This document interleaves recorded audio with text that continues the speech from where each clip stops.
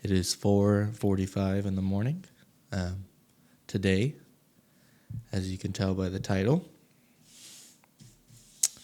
I will be running the Los Angeles Marathon, 26.2 miles. And is this my first race ever? Yes. I'm excited, confident. A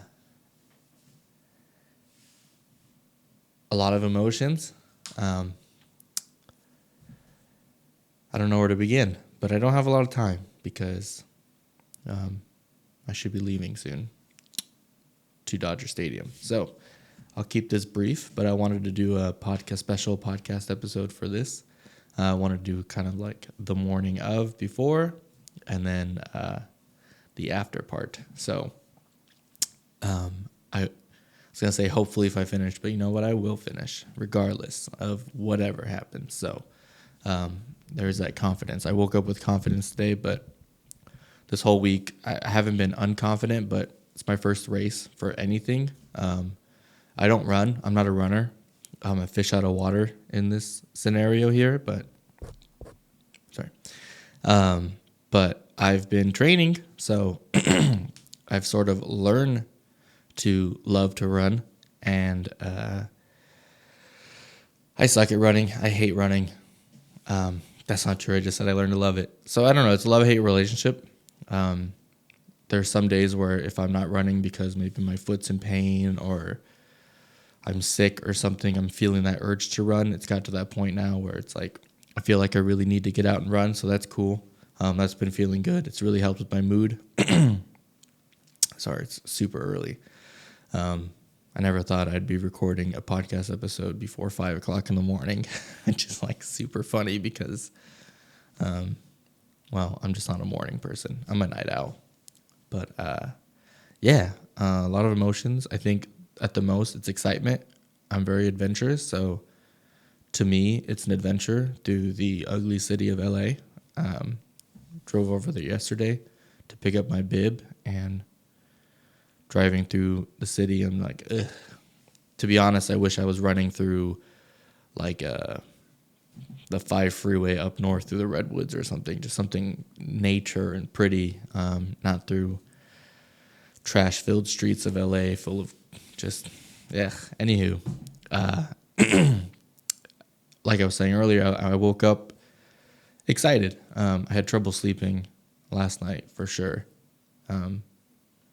Justified, but I got like 6 hours of sleep collectively, so I feel good.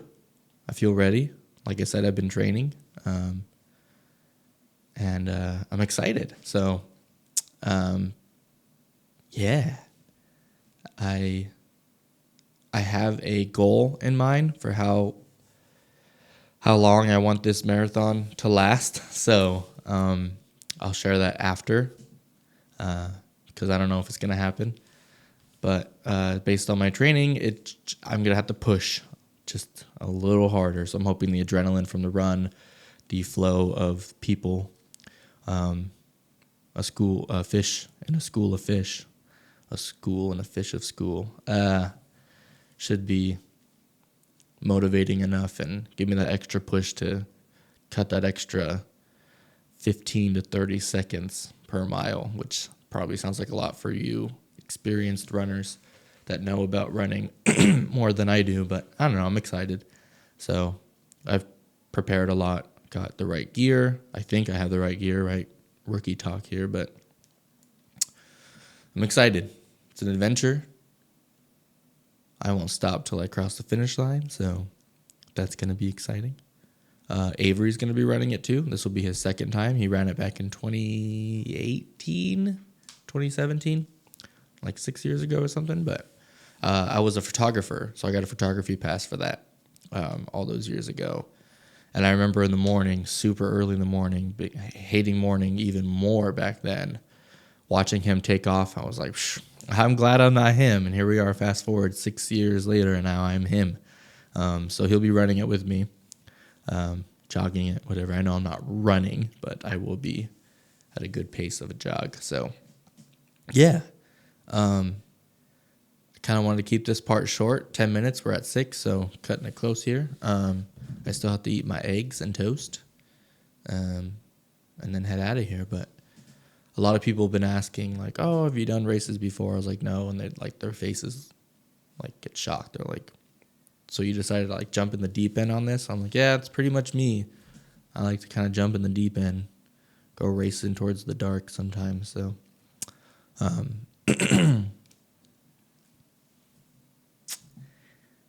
don't know. We'll see what happens. I have an infamous history in the last 10 years of chronic feet pain, so that if I didn't have that, I feel like I would just go into this no problem. Just 100% excited for weeks leading up to it and confident. But however, I always have something wrong with my feet, so that's just been like the focus of making sure my feet are good. This whole last week I've kind of taken care of them, but yesterday I like have never looked out for my body more than I have yesterday. It was kind of interesting, just watching my step, just making sure I didn't just jump up on a curb and do something wrong, just kind of maybe paranoid or extra cautious. But yeah, I'm confident in my feet. I think they're good. Yeah, so I won't bore you too much more of ums and ahs and all that. So going back real quick to people asked if I've done it before, and I've told them, yeah, no. But then when they ask kind of why I'm doing it, the few that have, I never gave them a straight answer, but I always knew what the answer was, and I'm doing this for self-love. So I want to do something that makes myself proud. I want to do something challenging, or in my eyes, extremely challenging until it's done, and then I realize maybe it wasn't so bad. But at least from my perspective now, it looks extremely challenging, and I just wanted to challenge myself to do something hard and difficult and train for that, and just make myself proud of myself. So I have very few of those kind of moments in my life, and I kind of invested in that months back when I signed up for this, and to just give myself a fitness goal, so something to train for, something to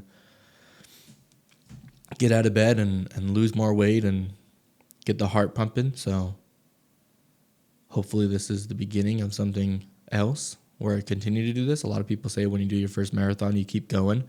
I don't know. Like I said, I'd rather do like a triathlon where I'm swimming or something else. I like to cycle as well, so that'd be a nice mix of everything. But yeah, I'm doing this for self-love. So I want to just have something these days to really look at myself and be proud and push my body to the limit and know that there's no limitations on my body, and in turn that should remind myself that there's no limitations on my mind either, because I've been told many times that this race isn't so much about the body, it's about the mind. So I'm excited to really harness that focus and that intention and do work up here.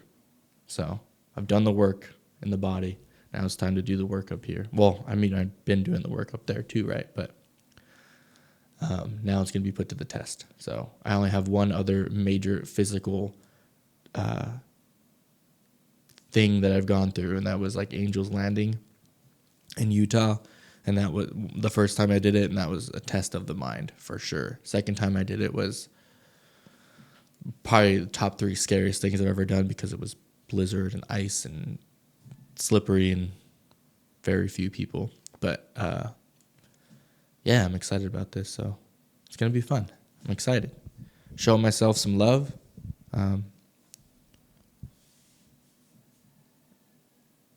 Yeah. So I'm excited. So, yeah, right after this, it's going to cut to the post-race. Should be this evening, maybe like 5 or 6 when I get home and I stop crying about my legs. So, here goes nothing. And, yeah, I don't know. I'm out of words. So it's time. It's time to do this. Time to eat my huevos and get on the road. Avery should be here in a few minutes. So wish me luck. I'm excited. You might hear chickens. Those aren't chickens. I live on a property where there's chickens that roam around. So funny enough, at one point, the unofficial name for this podcast, very, very unofficial because I wasn't going to follow through. It was going to be like Among the Chickens or something. But you can hear them. They usually don't coo at night or whatever you call it. But it is their time to shine, and it is my time to shine. So let's do this thing.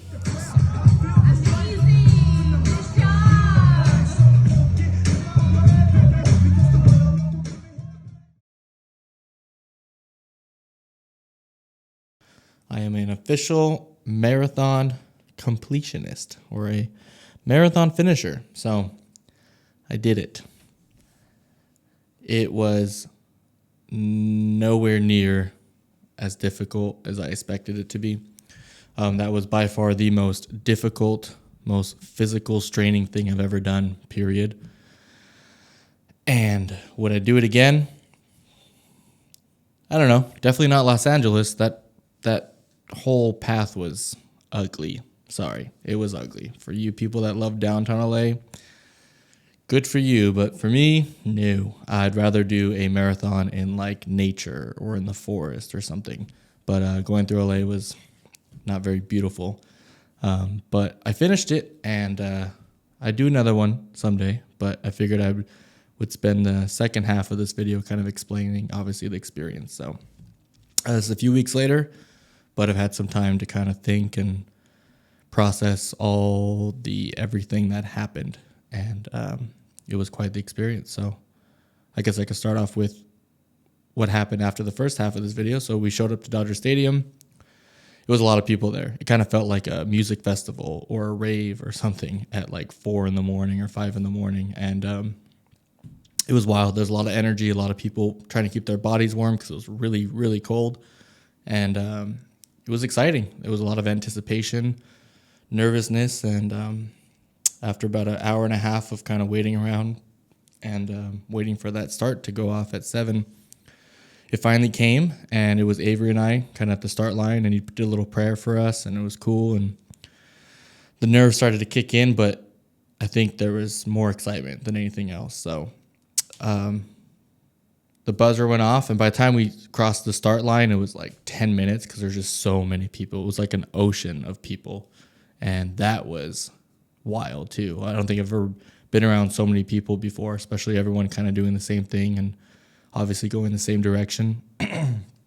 But man, that was crazy. So right at the start, it was 7:10, 7:15, and I curated a like 6 to 7 hour, 8 hour YouTube playlist of like all my most motivating songs and motivational videos and speeches and all that kind of stuff. And I had set it all up to just run for 6, 7, 8 hours.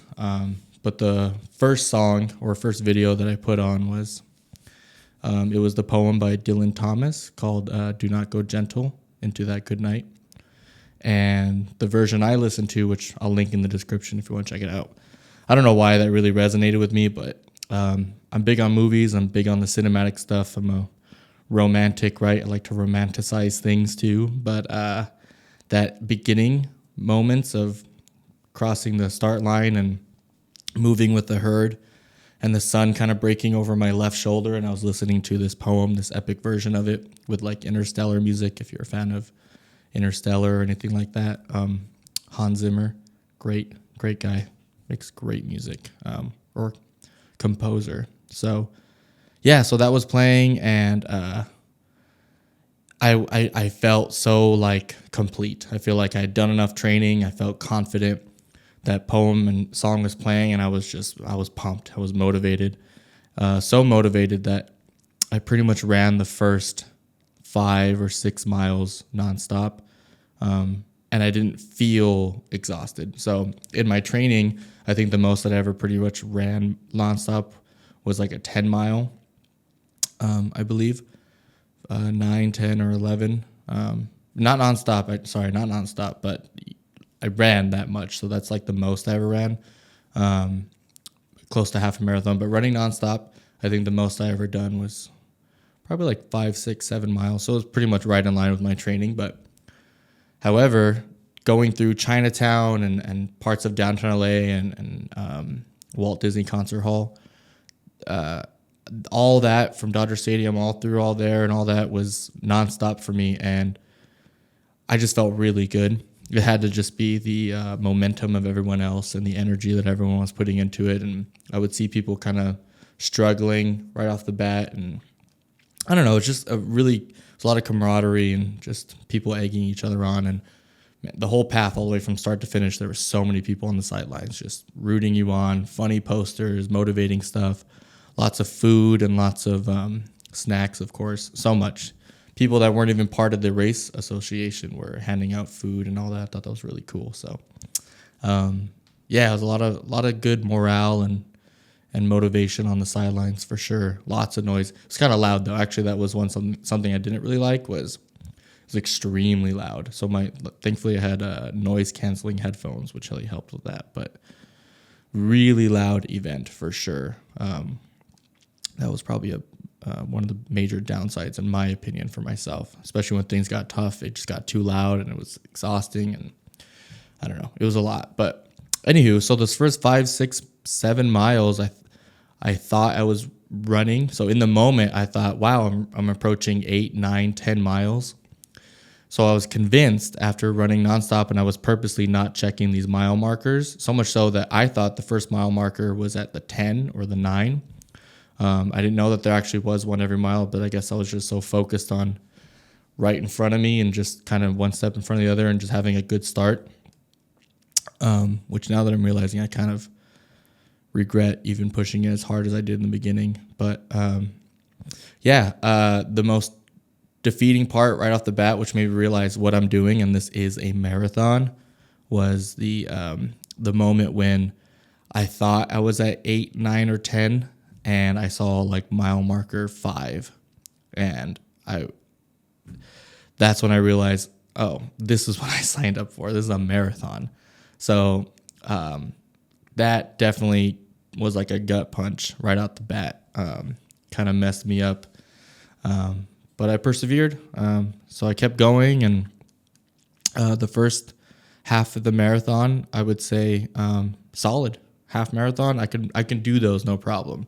If I'd sign up for another one today, I'd kill it. Probably even faster pace than I did with this marathon. But the first half was solid. There's actually a lot of people in the first half commenting on my shirt, which was, I don't know if I showed in the first half, I can't really remember, but it's a picture of little me. I think I'm 5 or 6 and I'm running on a field in Oregon.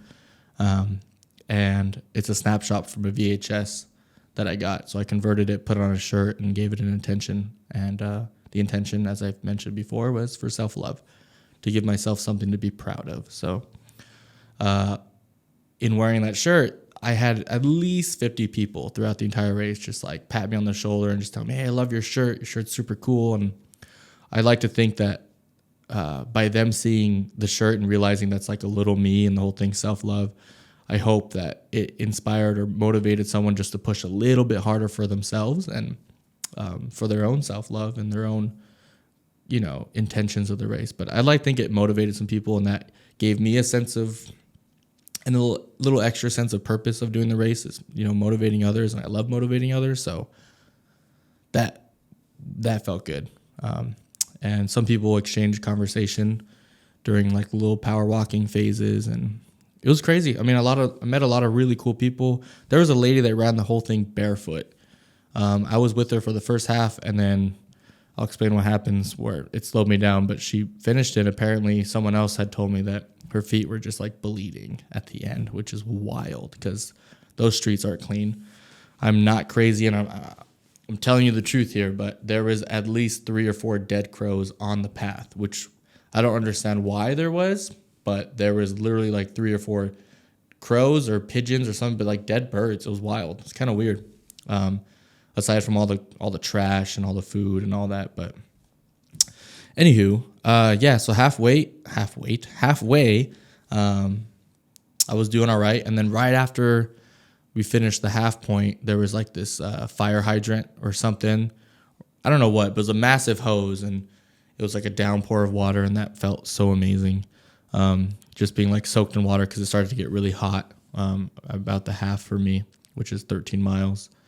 And then I was doing okay, starting to slow down after the 13 miles. But then when I approached the 16th mile, the end of the 16th mile, that's when everything started to fall apart for me. A little backstory to explain what I'm about to tell you is that I unfortunately have a small history, about 6 or 7 times of passing out due to anxiety, mainly anxiety. It's always health related. The first time I ever passed out was in a dentist table. I woke up to the nurses fanning me, and they cracked open one of those salt things that they put under your nose to like wake you up. And the reason why that happened is because, during that time, that was, 5 years ago. I was much more anxious then, and I was just a mess. My anxiety was through the roof, so they injected my gums with something to do the numbing, and that messed me up, and I passed out. And that was the first time I ever passed out. And leaving that office that day, I realized, like, dang, I can pass out, I guess, and that's kind of a scary thought. But I didn't think much of it as time passed. But over the years, every blue moon, I'm talking 8, 9, 10 months, maybe once a year, wasn't that common, but it would happen every once in a while where there'd be a massive pain in my body related to something that's probably not that serious, right? Or something like a really bad, horrible migraine, or I feel like my kidneys are hurting or something, right? I always take it to the extreme, and that's just my anxiety getting the best of me. And it happens like the same way every time, right? So I start to feel cold, and I get the sweats all down my arms and on my neck and my face. It's just like crazy amount of sweating out of nowhere. That's like the first sign. And then my vision will start to blur, and then it'll start to get black, and then I can barely see, and then I'll pass out. And when I pass out, I'm out for like 5 seconds, 5, 6, 7 seconds. It's not much, but I'll lose hearing. I'll lose touch of feeling in my hands. My hands will go numb. So I've had a few episodes over the years. Thankfully, it's not like common, right? It always has a meaning. It's not something that I can just worry about. It's just going to randomly happen, right? I've gotten better about it since I've worked on my anxiety and all that. But anywho, aside from all this, I also have a caffeine sensitivity, which stems from years of abusing Monster energy drinks. Bad. Like when I was 25, 26, 5 or 6 years ago, I used to drink Monsters all the time. Bad. Like maybe 2 a day. It got really bad. I got really dependent on it. And I think that just comes from the depression, right? Because caffeine is also just a mood changer. I can't think of the word right now. Mine's a little fried, but yeah, so I drank a lot of caffeine. I think got to the point where my body just like rejected it. Story from another time, but I did get withdrawals from stopping caffeine, cold turkey. So ever since then, I've always been very sensitive to caffeine. I cut out all energy drinks. I mean, I haven't had a Monster or anything in 2 years, 3 years almost now. So I cut all those out. I am like 90% tea, green tea, matcha, all that kind of stuff because the caffeine's less. I don't drink coffee hardly at all. And I don't do pre-workout or anything like that just because I'm very caffeine sensitive. So all this ties into the story. Why? Because in the morning I had planned out 5 or 6 goo gels. They're like energy little supplement things for when you're working out, running and whatnot. However, some of them had some caffeine in it. Not much. I'm talking 40 milligrams, 20 milligrams. One of them I think has 60, but I timed it where it was caffeine, no caffeine, no caffeine, caffeine by these packs, and I numbered them. So right at the start of the race, I took one with caffeine, no big deal. By the 15th mile or the 14th mile, I take my second caffeine one. So I'm at, 60 or 80 milligrams of caffeine, which not much, right? But when I'm pushing my body harder than I've ever pushed it before, mixed with just a little bit amount of caffeine, not a good outcome. And unfortunately, that led to my heart just racing like crazy. And I should say that a week before the marathon, it was a Sunday, so it was like the Sunday before, I was very sick with something, bronchitis, I don't know what, had me in bed for a while. And it was one night on a Sunday night, the week before the marathon, my kidneys or the sides, the lower sides, the whole back just started to like throb, and I had this crazy pain. Maybe it was just dehydration. I don't know what.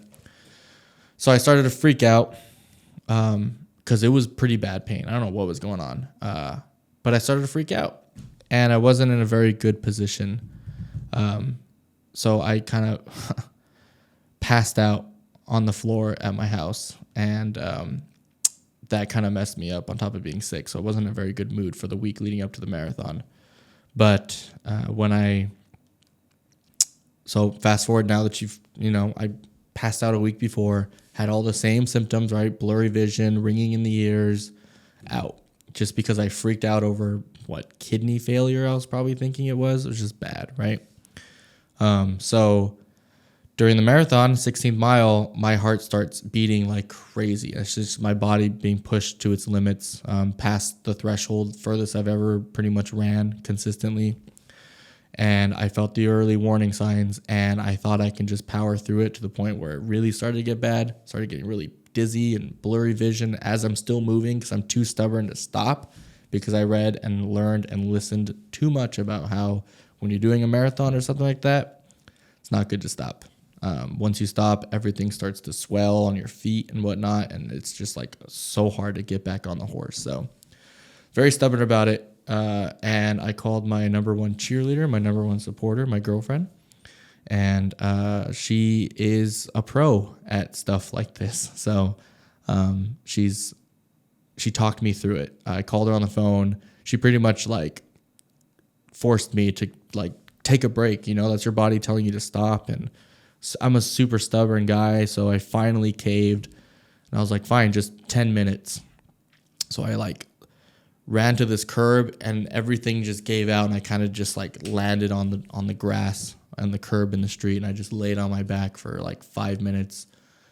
Heavy. I mean, I was pretty much nonstop, I guess, in a way, for like 16 miles. I never stopped once, not even for water or for a bathroom or anything. So I think my body was just shot, and my heart was beating so fast that it was just all this pain in my chest and the stress and everything. And she convinced me to stop and breathe, and she, talked me through like a breathing exercise so I can bring myself back, and thankfully I did. However, as I read and I expected, everything hurt so bad getting back up.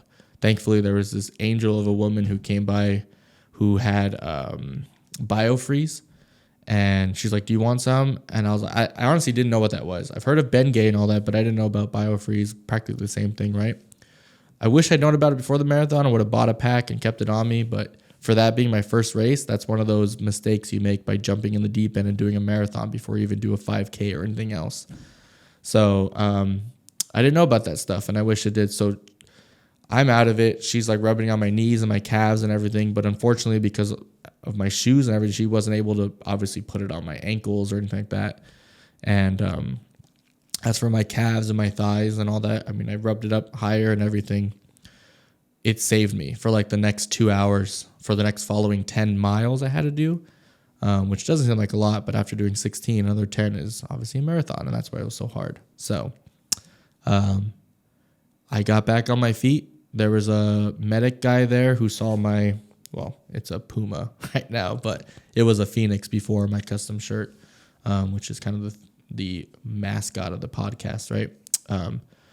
But he kind of was like hyping me up. He was like, oh, you got to rise like the Phoenix. You got to get back up, and patted me on the back. He's like, keep going. And so I persevered. He gave me a little extra pack of that, BioFree stuff. And everything from my ankles down was the worst. I've always had chronic feet pain. It's something that I really should really go look into. I've done some mild looking into and other stuff, but I've always had bad feet pain. And that was the worst feet pain of my entire life, for sure. It was just the worst. I've never had it that bad.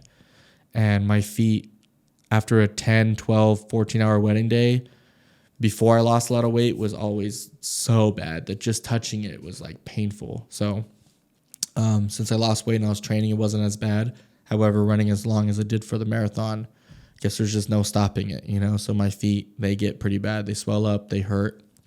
And it was extremely painful.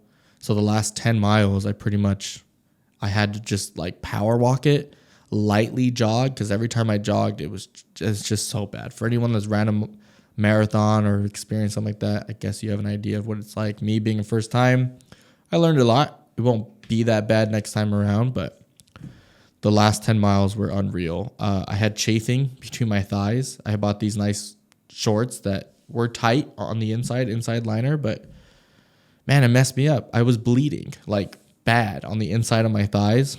I got big thighs. So unfortunately, that was another downfall to the point where, I'm bleeding. You know, it was bad chafing. Probably the worst chafing I've ever had in my life. That wasn't cool. But just all the pain, it was just horrible, right? Just painful.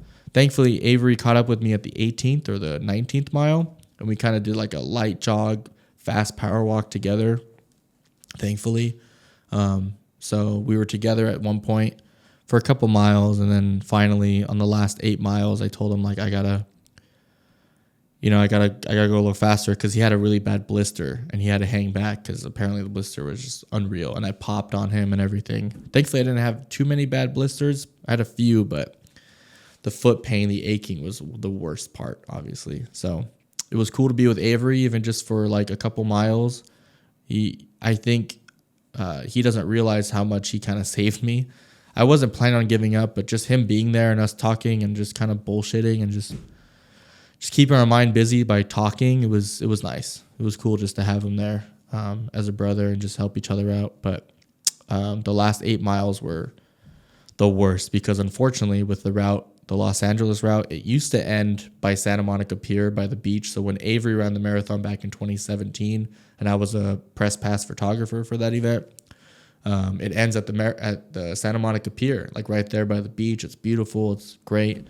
But I guess the new route, as of a couple of years ago, I think Santa Monica was charging too much to host that event there or something like that, I think I read. But it ends up looping now. So it loops around like Beverly Hills or something. So the last 8 miles, you're running like against the other side. So all the other people that are pretty much done with the race are right next to you, just on the other side of the street. And you pass the finish line. You pass right past the finish line, and you still have 8 more miles to go. So that was like just another layer of stress and challenge, a mental challenge of seeing people finishing. And I'm like, dang, that should have been me, or whatever, right? I did a lot of comparing. Try not to beat myself up too much, but I'd like to think I was pretty confident throughout most of the race. But seeing that was very demoralizing.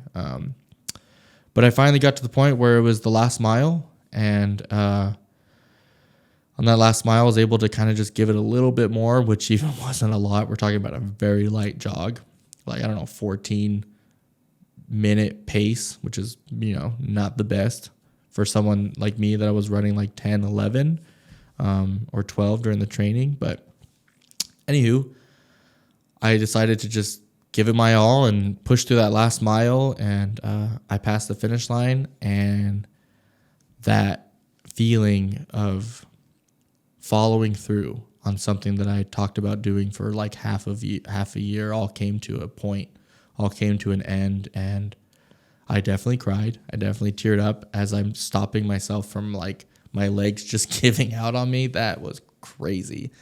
My legs were just sticks. I'm sure some of you know what that's like, right? But they were just sticks. If I put any bend to my knee, there goes my whole body. And it was crazy. It was crazy. I don't know. Amazing feeling crossing that finish line. I read about it, heard about it. Once you do one, you get addicted, right? And I'm definitely addicted. I definitely want to do another big event like that, but train even longer and train even harder, train even more efficiently. But I grabbed that medal, and such an amazing experience. And I was extremely proud of myself. And I've been proud of myself in moments of my life, but it's rare when I'm at like this level of just proud, right? And I really needed that win.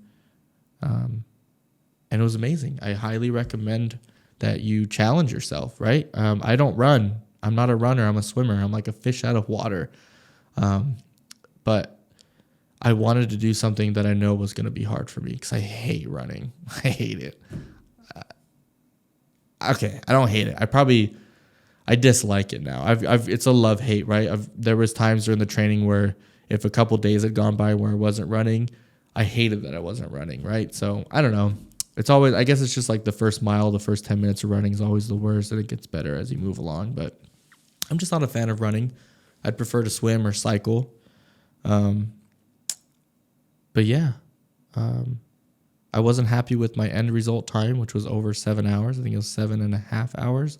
My goal was to be under 5, which I was more than capable of, but didn't work out that way. And that's all right. I'm just happy that I finished it. My friend Marcus sent me something later that evening or the next day that really hit home. And he just said the right thing that really kind of got me out of my head. Because I beat myself up, I think, the first day when I got home, just like, dang, like I shouldn't have taken that long. But he told me, I think it was less than 5% of people in the United States have completed a marathon. So I'm like, that's cool. I'm under the 5%. I think in the world it's less than 2% globally. So not a lot of people can say that they finished a marathon, but I can say I have now. And that's a cool feeling. So now that I've been training lately, just, working out, my whole mindset when it comes to working out has drastically changed. My average mile time was 10, 11, 12 when I was training at home. And like a few weeks after the marathon, my mile time had now become, I think it was 8:45, and then I did one that was like 9:15 or something. But I cut minutes off my mile time, and I think it's just because I realized now that I've done something extremely hard for my body and my mind, that I realized I can now apply that lesson learned and that experience to other things, and realize, 3 miles or 5 miles or 6 miles running around the streets here is nothing, and I'm more than capable of doing it now. So I have been feeling so much more empowered and so much more confident when it comes to working out. So that has been, and it's not even just with working out, it's other things like work or just confidence. This whole process was worth it in the end because my confidence has been taken to another level, and that's huge. And you know what? I don't care what mile time or what finishing time I had. The fact that I finished it and it's allowed my confidence to excel as much as it had since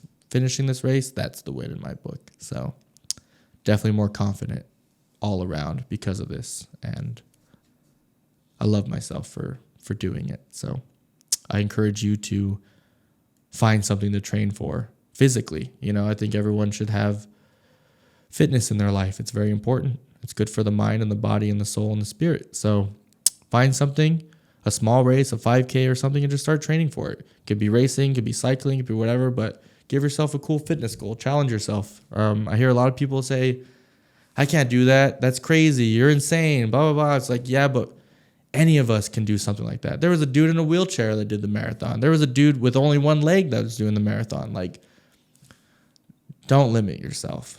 Just give yourself a chance, Give yourself a chance to prove yourself wrong, Tell that negative, quiet side of you to shut up and, prove yourself right, prove yourself wrong. I don't know. Just get it done. Do something. Sign up for something fun and motivate yourself. Because when you complete something that's challenging like that, it's just so good for yourself. So that's pretty much it. Kind of wanted to keep this episode kind of short. Kind of just explain my marathon experience. And for those that are curious and those who have actually asked recently, like, hey, what's next? I'm happy to announce the next thing I'm signing up for is a triathlon. So I'm a powerful swimmer. I'm a real good cyclist, and I'm a okay runner. I guess I'm not bad, right? And my friend Marcos, who is in this next episode I'll be uploading soon, we'll be recording.